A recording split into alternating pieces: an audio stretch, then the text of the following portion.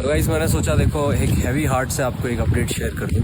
ये पीछे आप जो देख रहे हो डिस्ट्रिक्ट मजिस्ट्रेट का ऑफिस है जॉनसन का। और कल ये हुआ था कि यहाँ पे शाम को मैंने कुछ ड्रोन शॉट्स लिए थे, जहाँ की कहीं भी मेंशन नहीं है इस पूरे रीजन में कि आपको ड्रोन लेना चाहिए, शॉट लेना चाहिए, नो ड्रोन जोन है, ऐसा कुछ भी नहीं है। जब मैंने शॉट ले लिए तो उसके बाद फिर ऐसा हुआ कि पुलिस के जो बंदे आए, कुछ लोग पुलिस कांस्टेबल, पुलिस ऑफिसर्स आए, उन्होंने ड्रोन ले लिया और अब जो है उनकी कस्टडी में है।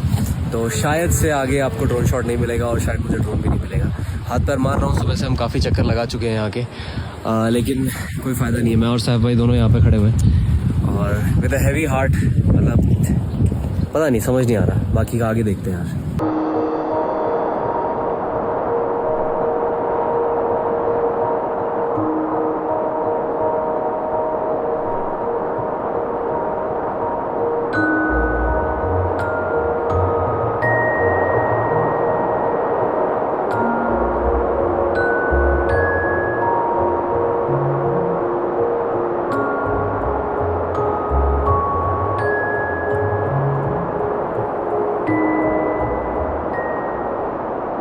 तो गाइस देखो सीन कुछ ऐसा है कि नहा वहा के तैयार तो हो गया हूँ, जॉनसन में हूँ, लेकिन बात ये है कि मौसम देखो, व्यू भी बहुत प्यारा है, सामने की रेंजेस देखो कितनी अच्छी हैं, मतलब बहुत अच्छा लग रहा है। लेकिन मन बिल्कुल खुश नहीं है क्योंकि ड्रोन का जो सीन है वो बहुत ख़राब हो गया। तो अभी भी उन्होंने मना कर दिया। मतलब सुबह हम उठ के गए थे, 3-4 घंटे में हमने बिताए, 3-4 घंटे तक बात हुई कि मतलब वहाँ पे फिर उन्होंने साइन वाइन लेके चीज़ें, बाकी चीज़ें कर दी, बट ड्रोन नहीं दिया है। वो कह रहे हैं कि सिविल एविएशन जो है वही करेगा आगे जो भी करेगा।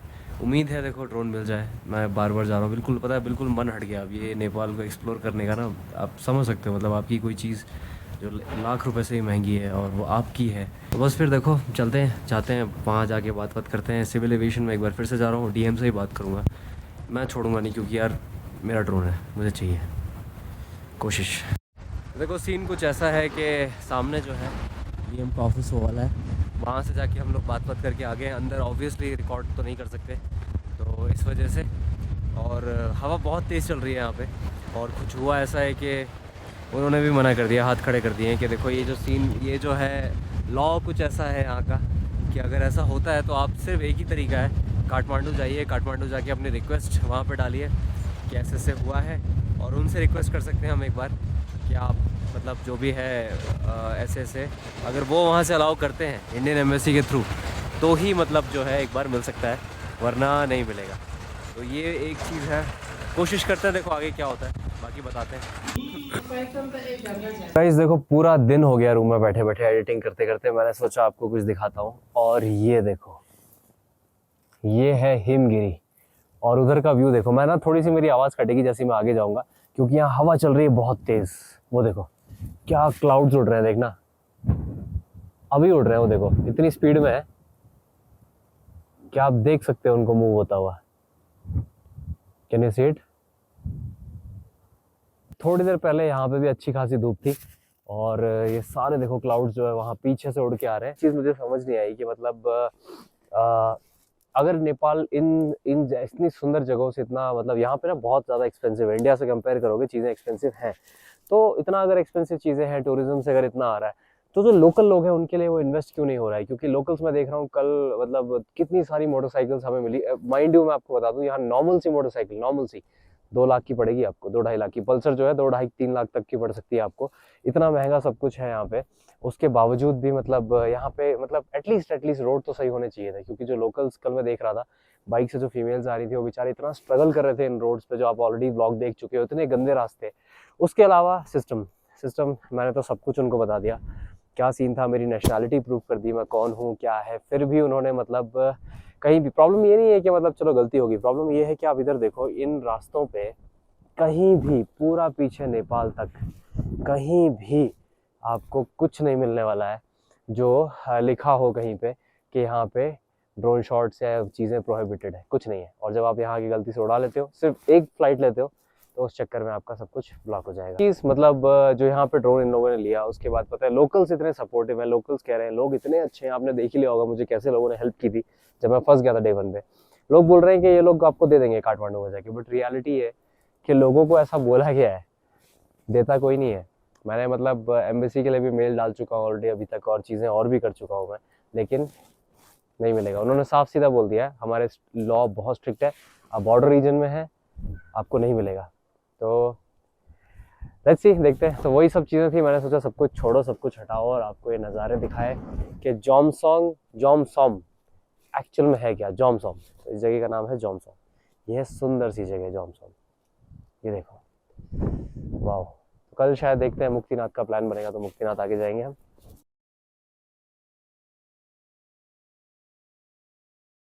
Morning people, welcome back. My name is Aniruddh and you are watching Rudra shoots. तो आज देखो, ये जो पीछे का एरिया आप देख रहे हो, ये है होटल का बैक साइड। तो पीछे में आया हूँ, बहुत सुंदर से गार्डन उन्होंने बना रखा है और इधर का व्यू देखो, मैसिव मैसिव माउंटेन। तो अभी देखो कुछ अपडेट ऐसा है कि आज भी जॉमसॉम में रुका हूँ, क्योंकि बात की है ड्रोन के लिए, कुछ चीज़ें की हैं, बट अभी तक कोई पॉजिटिव रिस्पांस नहीं है। वेट करने बोला है और मतलब दो एक दोस्त वगैरह हैं, उनके थ्रू कुछ बात की है, बट कोई लक नहीं है अभी तक। तो मन भी नहीं कर रहा आगे मुक्तिनाथ जाने का, समझ नहीं आ रहा अभी क्या करूँ। ब्रेकफास्ट करते हैं, देखते हैं दिन कैसे जाता है। एक बार मिल जाए ना, भले ही मैं यहाँ से वापस उसको उड़ाऊँ ना, सीधा चला जाऊँगा वापस यहाँ से इंडिया की तरफ, बट मन नहीं कर रहा है। फिर भी कुछ कुछ आपको दिखा रहा हूँ, क्योंकि जिस चीज़ के लिए नेपाल सोलो निकला था, एटलीस्ट वो तो कर सकूँ।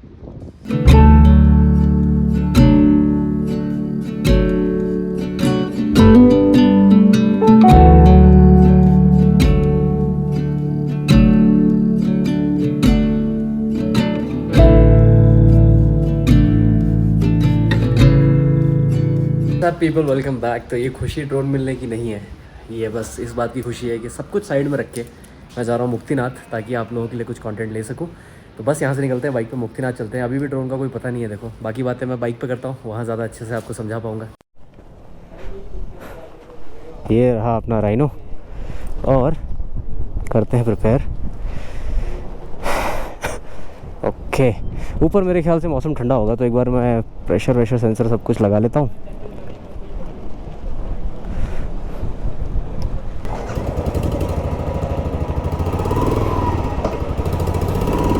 तो चलो भाई लोगों, जर्नी हो गई है शुरू और यहाँ से निकालते हैं। ये पूरे 2 दिन जॉमसॉम में डिप्रेशन में रहने के बाद मैंने डिसाइड किया कि चलते हैं मुक्तिनाथ। इतना सोच के और ये होके, it's just part of life. चीज़ें होंगी, रुकावटें होंगी, आपको एक्सेप्ट करना पड़ेगा। मुझे भी 2 दिन लग गए ये चीज़ एक्सेप्ट करने में, पर कोई बात नहीं। चलो अब यहाँ से पहले आगे निकलते हैं, थोड़ा सा पैच पार करूँ, अच्छा सा व्यू आए, फिर आपको नज़ारे दिखाते हैं बढ़िया। तो गाइस देखो, सीन कुछ ऐसा है कि रोड यहाँ तक काफ़ी ज़्यादा ग्रेवल है। कितना बताया था उन्होंने, कितनी दूर तक ऐसा मिलेगा? आधा रूट। अच्छा, ये वाली गाड़ी मुझे कल ऊपर जाती हुई दिखी थी यार।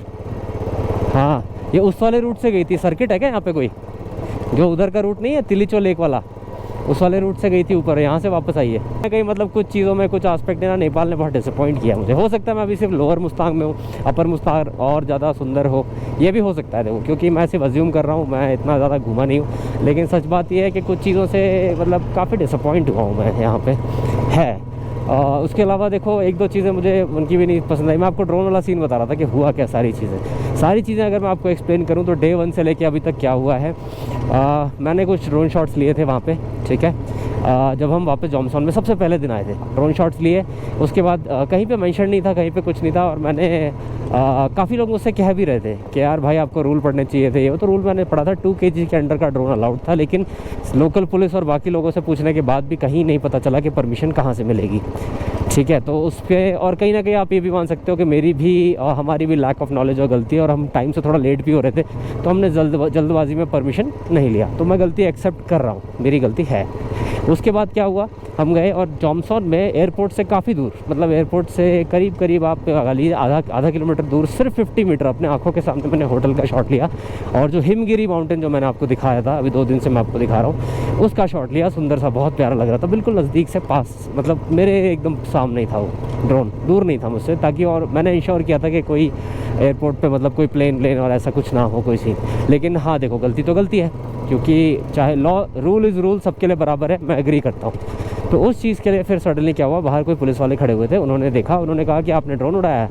मैंने एक्सेप्ट कर लिया, मैंने कहा हाँ जी सर, मैंने ड्रोन उड़ाया है। उसके बाद फिर बातें हुई, और उन्होंने कहा आपको एक बार ड्रोन फुटेज दिखाना पड़ेगा, डिलीट करके आपको हम वापस दे देंगे। मैंने कहा सर ऑल राइट, हम कर लेते हैं, ऐसा मुझे कोई इशू नहीं है, जब कोई गलती की है तो एक्सेप्ट करने में कोई बुराई नहीं है। हम लोग गए, पुलिस स्टेशन गए, चीज़ें हुई, वहाँ जाके उन्होंने नेपाली में कुछ बात की और पूरा का पूरा जो सिनेरियो था वो ही चेंज हो गया। मैं और सैफ भाई दोनों गए वहाँ पे, तो बिल्कुल ही डिफरेंट चीज़ हो गई। उन्होंने मतलब हमें बोला कि आपने क्राइम किया है, आपको ड्रोन नहीं मिलेगा, which I understand and I agree. ठीक है चलो, एक क्राइम है, हमें करना चाहिए था, हमने ओबे नहीं किया। तो उन्होंने कहा अब आपको सिविल एविएशन में जाके एक गुहार लगानी पड़ेगी। वहाँ पे बगल में ही सिविल एविएशन जो है एयरपोर्ट अथॉरिटी है, तो एयरपोर्ट की अथॉरिटी पे गए, वहाँ बात की। उन्होंने कहा ठीक है आपसे बात करते हैं और आपको मिल जाएगा, कोई दिक्कत नहीं है। तो उसके बाद सिविल एविएशन भी अगले दिन पलट गया कि आपने देखिए किया तो है, बिना परमिट के उड़ाया है और ये सब हुआ। मैंने कहा सर देखिए बिना परमिट के उड़ाया तभी तो हम यहाँ पे हैं, वही तो रीज़न है, वरना फिर इशू ही क्या था। तो उन्होंने कहा अब आपका जो ड्रोन है वो सीज़ हो गया है। वो चीज़ मुझे बहुत मतलब लगी। मैंने कहा सर कोई पेनल्टी, कोई फ़ाइन, कुछ भी लगा दीजिए मेरे ऊपर, मैं एक बार को मतलब वो पे करके, मैं पूरे तरीके से लायबल हूँ यहाँ की गवर्नमेंट को पे करने के लिए, क्योंकि मेरी गलती है। बट कहीं भी वो चीज़ नहीं, नो मीन्स नो, आपको नहीं मिलेगा। और नेपाल गवर्नमेंट अब उस ड्रोन को ऑक्शन करेगी, कब करेगी नहीं पता, 2 से 3 महीने बाद कभी भी वो उसको मतलब ऑक्शन कर सकते हैं। ऑक्शन होगा और उस ऑक्शन में वो जो ड्रोन है वो मुझे दोबारा अपना ही ड्रोन खुद ख़रीदना पड़ेगा। मुझे नहीं पता किस कॉस्ट पे, किस प्राइस पे, कोई और भी बोली लगाएगा, बोली बहुत ऊपर भी जा सकती है, तो समझ रहे हैं। ऑक्शन में तो बहुत सारे लोग होते हैं, तो कुछ ऐसा सीन है। तो वो बहुत ज़्यादा डिसअपॉइंटिंग हो गया। फिर मेरे एक यहाँ पे अंकल हैं, एक फ्रेंड है मेरे नोन, उनसे मैंने बात की, लोकल ही थे। मैं देखो नाम और बाकी चीज़ें डिस्क्लोज़ नहीं करना चाहता, मैं नहीं चाहता कोई इंटरनेशनल ऐसे मैटर में कोई आए, किसी का नाम आए। गलती मेरी है, मेरा रहना चाहिए इन्वॉल्वमेंट, मेरी वजह से हुआ है। बट हाँ कहीं ना कहीं मुझे लगा जब मैं बात कर रहा था डीएम से और बाकी लोगों से कि एक कहते हैं ना नेपाली लोकल लिंक की कमी थी जब मैं बात करने गया, वरना वो डे 1 पे मैटर सॉर्ट आउट हो जाता, डे 1 पे ही मैं फ़ाइन पे कर देता। उन्होंने पता है मेरा ड्रोन जो है जब सीज़ किया वो टाइम ही 7 बजे के आसपास था, उन्होंने लेटर प्रिंट करके ऑफिस बंद कर दिया। सबसे बड़ी प्रॉब्लम ये थी। और नेक्स्ट डे जब ऑफिस खुला तो नेक्स्ट डे ऑफिस खुलते ही वो लेटर जा चुका था एविएशन के पास और केस बन चुका था बड़ा। तो कुछ ये है पूरी कहानी मेरे ड्रोन केस की कि कभी भी आप आओ, मुस्तांग ही नहीं पूरे नेपाल में आपका जो ड्रोन का ये है, पूरा जो नेपाल है उसमें जो ड्रोन है आप नहीं उड़ा सकते, इलीगल है। तो आप परमिट वगैरह सब कुछ लेके आइएगा, और परमिट भी बहुत मुश्किल से मिलेगा, इजीली नहीं मिलेगा आपको, उसके लिए भी आपको कुछ पे करना पड़ेगा, रॉयल्टी वगैरह। तो कोई बात नहीं, चलिए जो हुआ सो हुआ। एट दी एंड मैं बस ये चाहता हूँ कि हमारे जो भी चीज़ें हैं, जो भी एक्सपीरियंसेस हैं, या जो ट्रिप मैंने सोलो आपके लिए की थी, बाद में साहब भाई मुझे काठमांडू में मिले और हम दोनों ने साथ में प्लान किया, ये जो था ये ऐसा ना बने कि आपको लगे। तो गाइस एक और शॉर्ट अपडेट है, अभी मेरे को जस्ट कॉल आया था, मैं आपसे बात ही कर रहा था कि नेपाल गवर्नमेंट जो है अब उन्होंने एक अननेसेसरी एक केस बना लिया मेरे अगेंस्ट, क्योंकि मैंने थोड़ी सी अंकल से और बाकी लोगों से बात करी थी, उनके रेफरेंस थे, उनके अच्छे लिंक थे, तो पुलिस वालों को मतलब थोड़ा सा दबना पड़ गया उस चीज़ों में ना। बट केस फिर भी आगे एस्केलेट हो चुका था। तो अब गवर्नमेंट ने ना मेरे लिए पूरी फाइल बना ली है, चीज़ें वगैरह अरेंज करके रख ली हैं। तो मेरे पास कॉल आया था अभी, मैं मतलब आइडेंटिटी तो आपको नहीं बताऊंगा, कॉल आया था मेरे पास, उन्होंने बोला है कि आप जो है जॉमसॉन में मत रुकना, फटाफट से आप दर्शन करके आइए, आज कुछ भी करके पोखरा की तरफ नीचे को निकल जाइए, जो कि रास्ता बहुत ख़राब है।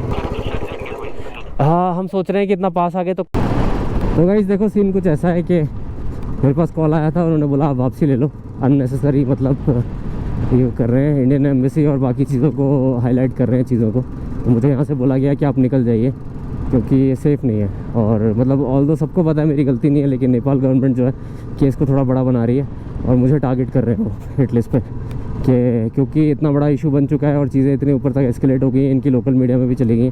तो शायद देखो अच्छा ऑप्शन यही है कि मैं लोकल यहाँ से चीज़ों को करके और मतलब यहाँ से निकल जाओ। Think about me one more time before you go. So